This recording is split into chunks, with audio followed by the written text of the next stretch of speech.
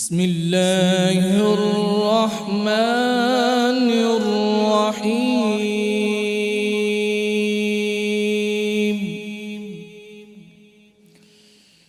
فإذا جاءتهم الحسنة قالوا لنا هذه،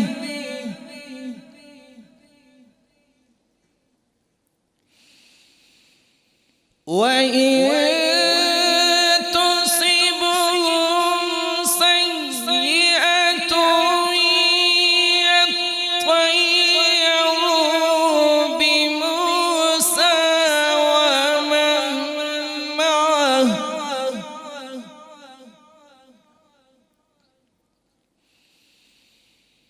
ألا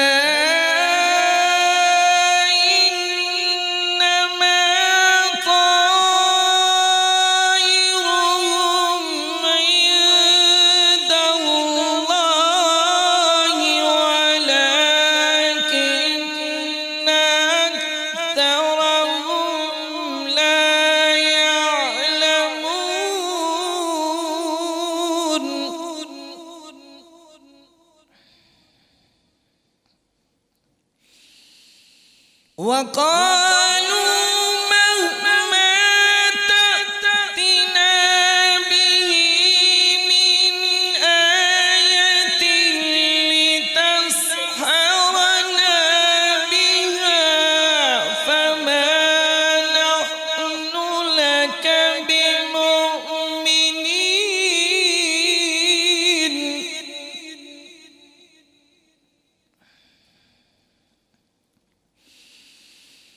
فأرسلنا عليهم الطوفان والجراد والقمل والضفادع والدم آيات مفصلات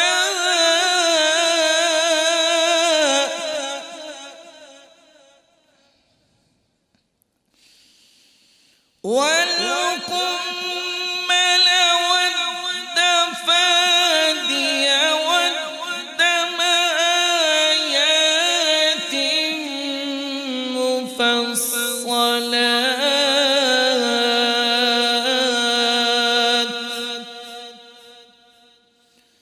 فاستكبروا وكانوا قوما مجرمين. صدق الله